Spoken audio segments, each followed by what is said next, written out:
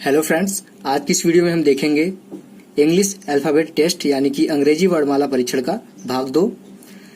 Part 1 हम already देख चुके हैं लास्ट वीक में। अगर आप लोगों ने उस पार्ट को नहीं देखा है, पहले पार्ट को, तो उस पार्ट को जरूर देखिए, क्योंकि बेसिक जितने भी प्रकार के प्रश्न बनते हैं मैंने पार्ट 1 में दिखाया है आपको। तो चलिए दोस्तों, पढ़ना शुरू करते हैं।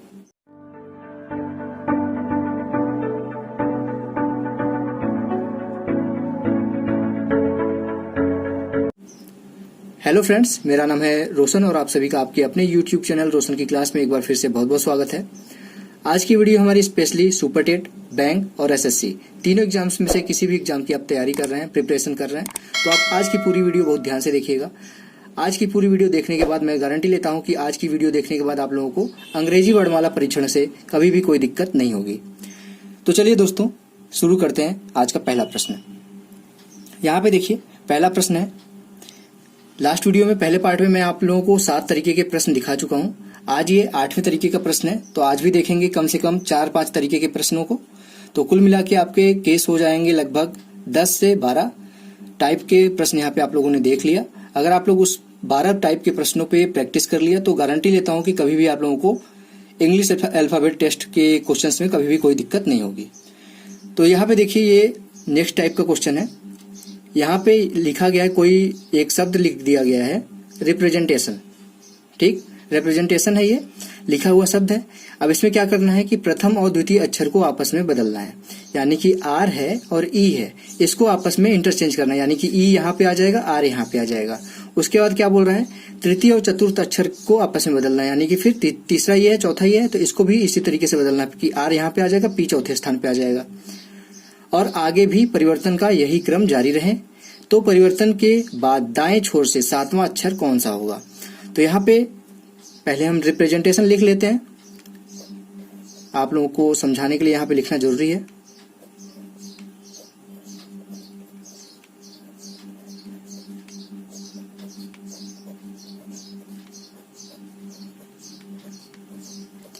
और सबसे पहले इसमें ध्यान जो दिया जाता है, ये ध्यान दिया जाता है कि जितने भी अक्षर आपने यहाँ पे लिखे हैं, क्या वो कहीं मिस तो नहीं हो गया कोई अक्षर। तो पहले काउंट कर लीजिए यहाँ पे, 1 2 3 4 5 6 7 8 9 10 11 12 13 14, टोटल 14 है।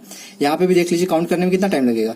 1 2 3 4 5 6 7 8 9 10 11 12 13 14, 14 हो गए यहाँ पे भी, मतलब कि आपने मिस नहीं किया है। अगर आपने मिस नहीं किया तो सबसे पहले आप क्वेश्चन में देखिए कि करना क्या है। यहाँ पे इस तरीके से चेंज करना है, पहले का दूसरे से इंटरचेंज करना है, तीसरे का चौथे से इंटरचेंज करना है, 5वें का छठे से इंटरचेंज करना है। इसी तरीके से 2-2 का जोड़ा बनाना है आपको, और वो आपस में इंटरचेंज हो जाएंगे। लेकिन सभी को इंटरचेंज करके आपको आंसर लेने से मतलब है, ये जरूरी नहीं है कि आप सभी को इंटरचेंज करें।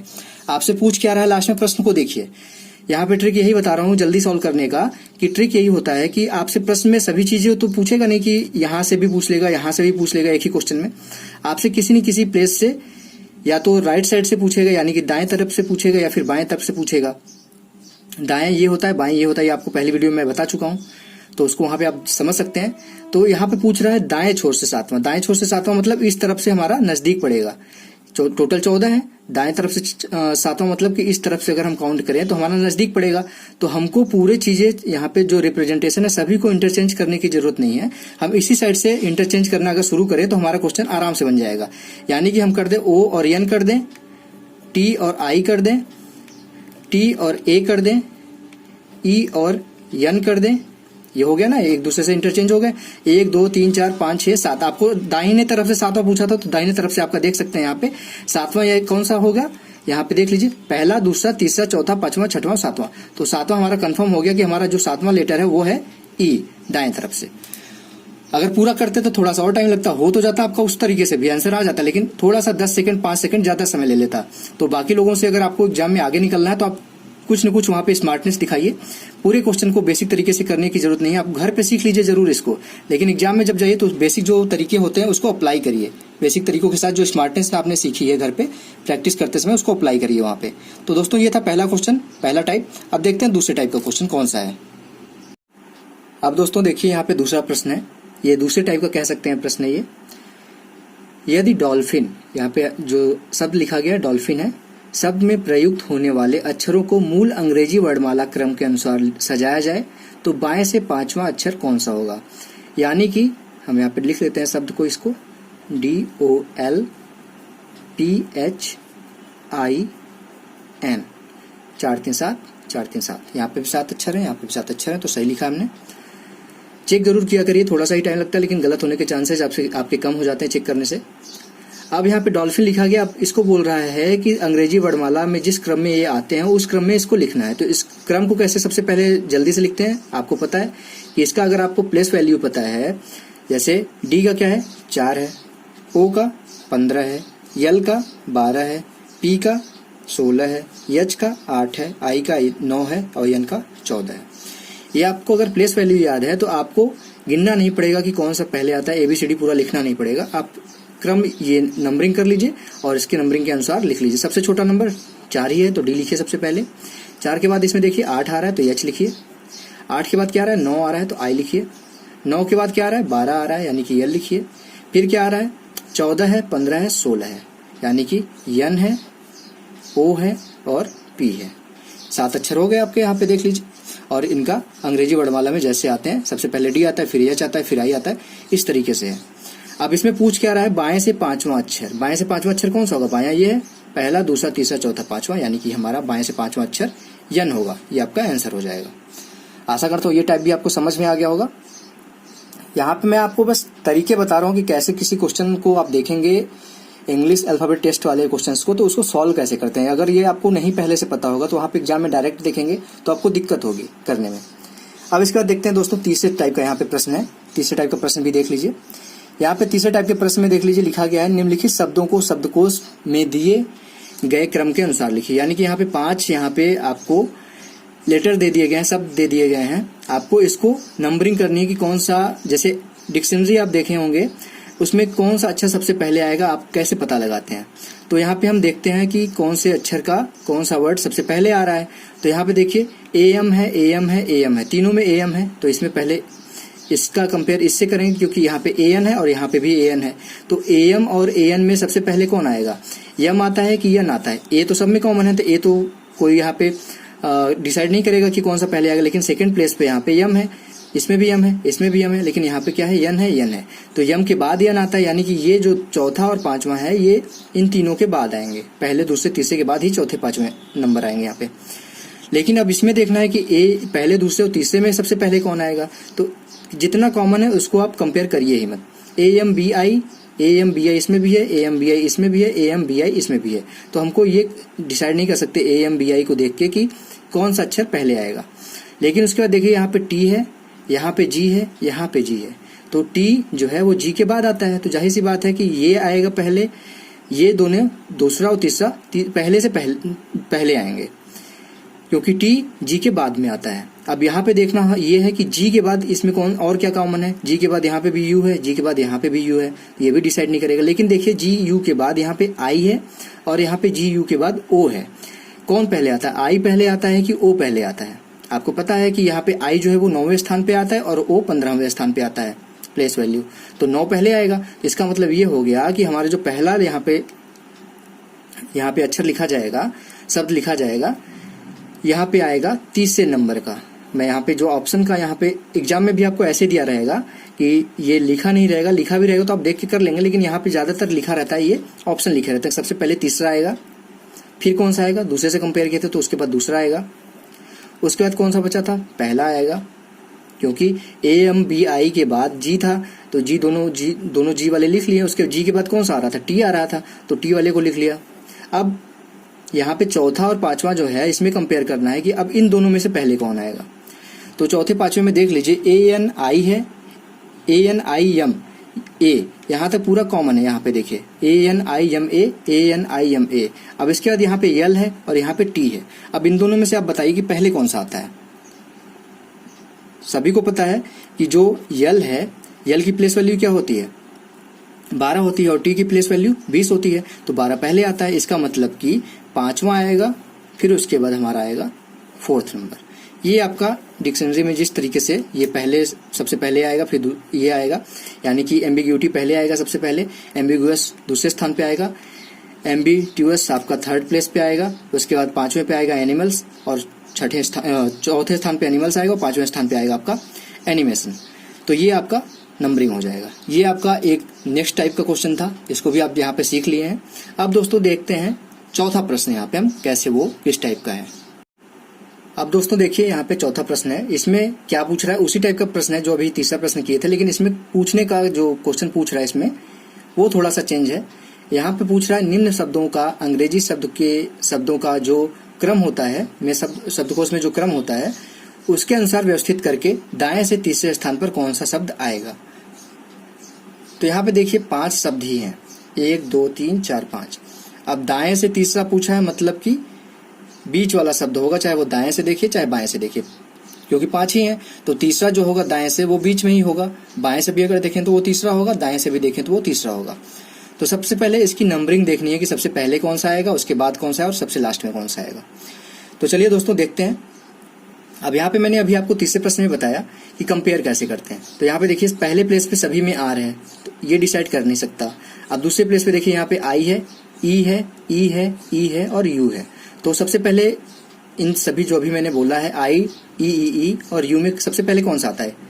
सभी को पता है कि ई इस जो कंपेयर किया अभी हमने उसमें ई सबसे पहले आता है। तो इसका हमको ये पता चल गया कि जो दूसरा तीसरा चौथा है ये तीनों आएंगे, उसके बाद पहला आएगा, फिर उसके बाद यू सबसे लास्ट में आता है। तो सबसे लास्ट का पता चल गया और ये चौथे नंबर का पता चल गया। अब आपको जो तीसरे नंबर का है वो पता करना है। अगर वो पता चल गया तो आपका आंसर सॉल्व हो जाएगा।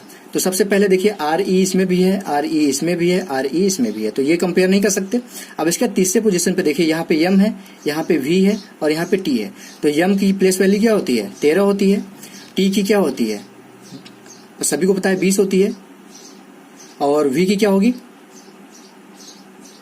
सभी को पता है। वी की भी प्लेस वैल्यू आपको याद होना चाहिए, ऐसा नहीं कि आपको वी की प्लेस वैल्यू नहीं याद है और क्वेश्चन करने बैठ गए आप। अगर इस तरीके से करने लगेंगे तो आपका क्वेश्चन सॉल्व होता रह गया। ठीक, तो यहाँ पे देखेंगे यम का जो होता है प्लेस वैल्यू होता है 13, टी का होता है 20 और वी का होता है 22। ठीक, टी के बाद 2 आता है ना, P Q R S T U भी, तो टी 20 है तो ये 22 हो जाएगा। ठीक, ये याद हो गया आपको। तब ये बताइए कि 13 आएगा पहले कि 20 आएगा पहले कि 22 आएगा पहले। सभी को पता है कि 13 वाला सबसे पहले आएगा, यानी कि अगर यहाँ पे हम नंबरिंग लिखें तो रिमूव, यहाँ पे मैं ये जो शब्द है इसलिए लिख रहा हूँ क्योंकि यहाँ पे शब्द ही पूछा गया है कि कौन सा शब्द आएगा, इसलिए नंबरिंग नहीं लिख रहा हूँ। रिमूव आएगा सबसे पहले, फिर उसके बाद वी और टी में कंपेयर करें तो टी वाला सबसे उसके बाद आएगा, तो रेट्रोस्पेक्ट आएगा आपका। इसके बाद कौन सा आएगा, रिवाइव आएगा। उसके बाद कौन सा आएगा आपको पता, अभी कंपेयर कर चुके थे आई और यू में, आई पहले आता है तो ये आ गया आपका। उसके बाद लास्ट में कौन सा आएगा, सबसे लास्ट में आएगा आपका र्यूमर। ठीक, तो यहाँ पे पूछा था कि दाहिने तरफ से तीसरा कौन सा यहाँ पे शब्द है। तो पहला ये हो गया दाहिने तरफ से, दूसरा ये हो गया दाहिने तरफ से, तीसरा ये हो गया दाहिने तरफ से। तो आपका आंसर क्या हो गया, रिवाइव। अगर बाएं तरफ से ही पूछता तीसरा तब पर भी आपका यही आंसर आता, क्योंकि बीच में यही है, 5 ही अक्षर थे, 5 ही शब्द थे। तो दाहिने तरफ से तीसरा पूछे, बाएं तरफ से तीसरा पूछे, दोनों का आंसर सेम आएगा। ये था चौथा प्रश्न। अब दोस्तों देख लेते हैं पांचवा प्रश्न, जो कि आज की वीडियो का लास्ट है, और क्योंकि इससे ज्यादा और कोई क्वेश्चन बनता नहीं है आपके एग्जाम में जो इंग्लिश अल्फाबेट टेस्ट से बन सकते हैं। वो टोटल मैंने आपको 12 लगभग केसेस दिखा दिए हैं। 12 केस अगर आप लोगों ने प्रैक्टिस किए, भूल नहीं जाते। अगर आप प्रैक्टिस करेंगे तो भूलेंगे नहीं कभी भी। कम से कम 12 तरीके मैंने बताए हैं, तो 12 पे कम से कम आप एक टाइप पे 10 क्वेश्चन लगाइए, तो टोटल हो जाएंगे 120 क्वेश्चन, 120 क्वेश्चन। अगर आप इस चैप्टर से 120 क्वेश्चन लगा लेते हैं तो आप जिंदगी में कभी नहीं भूलेंगे कि इस टाइप के प्रश्न को कैसे किया जाता है। तो यहाँ पे देख लीजिए, इस टाइप के प्रश्न आप पहले पार्ट में कर चुके हैं, लेकिन इस टाइप का प्रश्न इंपॉर्टेंट होता है, इसलिए मैं आज की वीडियो में फिर से आपको दिखा देता हूँ। यहाँ पे लिखा गया देख लीजिए, शब्द है टेलीफोन में ऐसे कितने अक्षर युग्म हैं जिनके बीच यहाँ उतने ही अक्षर मौजूद हैं जितने कि अंग्रेजी वर्णमाला में इनके बीच होते हैं। तो ऐसे क्वेश्चंस को आपको करना मैं सिखा चुका हूँ कि सबसे पहले काउंटिंग करिए, 4 4 8 9 यहाँ पे अक्षर हैं शब्द के अंदर। तो लिखिए पहले इसको कि गलत तो नहीं लिख रहे हैं, इसको इस तरीके से थोड़ा दूर दूर लिख लीजिए, जिससे आप गलती करने के कोई चांसेस ना बचे आपसे। ठीक, गिनिए 3 3 6 3 9, मतलब गलत नहीं लिखा आपने सबसे पहले। अब इसकी नंबरिंग फटाक से नंबरिंग कर दीजिए, क्योंकि नंबरिंग आपको याद करना ही पड़ेगा। नंबरिंग करेंगे तो टी का होता है 20, ई का होता है 5, यल का कितना होता है 12, ई का होता है फिर से 5, पी का कितना होता है 16, एच का होता है 8, ओ का कितना होता है 15, एन का होता है 14 और ई का होता है 5। ठीक, अब जैसे ही नंबरिंग कर लेंगे आपको क्वेश्चन करने में थोड़ी, बहुत लोग ऐसे करते हैं टी के बाद यू वी डब्ल्यू एक्स इस तरीके से जोड़ने लगते हैं कि आ रहा है कि नहीं आ रहा है, तो ये थोड़ा सा हो जाता है उस तरीके से, लेंदी होता है। लेकिन आपका अब यहाँ पे नंबरिंग करने के बाद सब सिर्फ नंबर कंपेयर करना है कि 20 के बाद 21, 22, 23, 24, 25, 26 नहीं है, छोड़िए उसको। 5 के बाद इधर 6, 5 के बाद इधर 6, 7, 8, 9, 10, 11, 12, इसको भी नहीं मिल रहा है, इसको भी छोड़िए।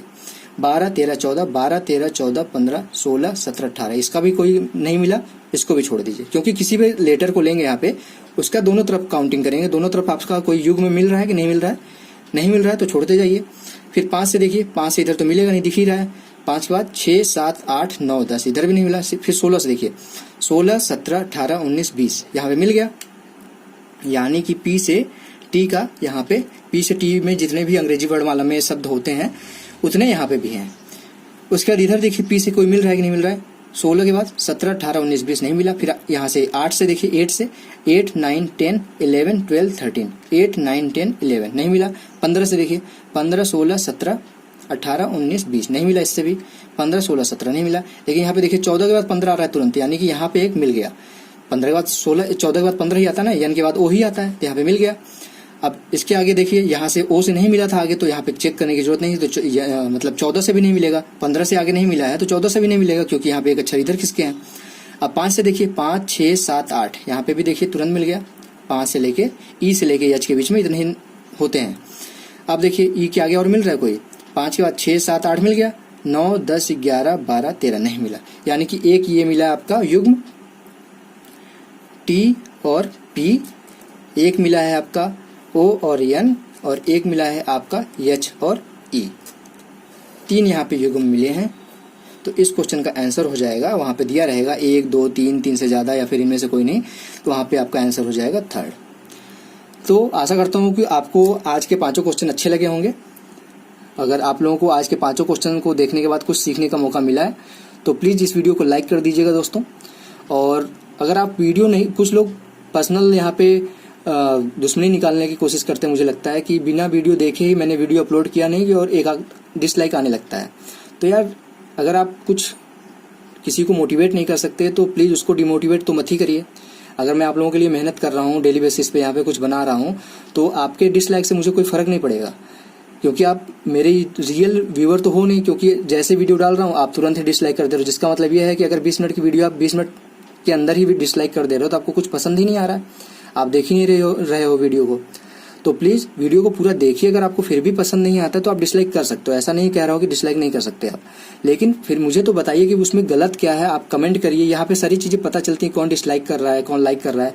तो ऐसा नहीं कि मुझे नहीं पता है कि कौन डिसलाइक कर रहा है, लेकिन ये तो मुझे बताइए कि आप डिसलाइक किस वजह से कर रहे हो। आप कमेंट कर सकते हो, मुझे पर्सनली भी बता सकते हो, मेल कर सकते हो आप। तो प्लीज़ बताया करिए कि मैं गलती कहाँ पे कर रहा हूँ, इसमें सुधार करूँगा तभी। अगर सुधार नहीं चाहते आप तो डिसलाइक करते रहिए, मुझे कोई फ़र्क नहीं पड़ेगा। एक आप देखते होंगे कि 1 लाइक आता है, लेकिन 15-20 एक डिसलाइक आता है, 15-20 लाइक आते हैं, तो समझ सकते हैं आप कि मेरा लाइक का परसेंटेज डिसलाइक से कितना ज़्यादा है। तो प्लीज़ आप भी हार्ड वर्क करिए, दूसरे की हार्ड वर्क को डिसलाइक मत करिए। और अगर आप लोगों ने अभी तक रोशन की क्लास यूट्यूब चैनल को सब्सक्राइब नहीं किया है तो प्लीज़ सब्सक्राइब कर दीजिए, नीचे लाल कलर का सब्सक्राइब बटन होगा, और साथ ही साथ बेल आइकन पर भी क्लिक कर दीजिए, जिससे यहाँ पे मैं आप लोगों के लिए कोई भी फ्यूचर में वीडियो अपलोड करता हूँ तो उसकी नोटिफिकेशन आप तक पहुँच जाए। तो दोस्तों मिलते हैं नेक्स्ट वीडियो में, तब तक के लिए आप लोगों का बहुत बहुत धन्यवाद। जय हिंद, वंदे मातरम।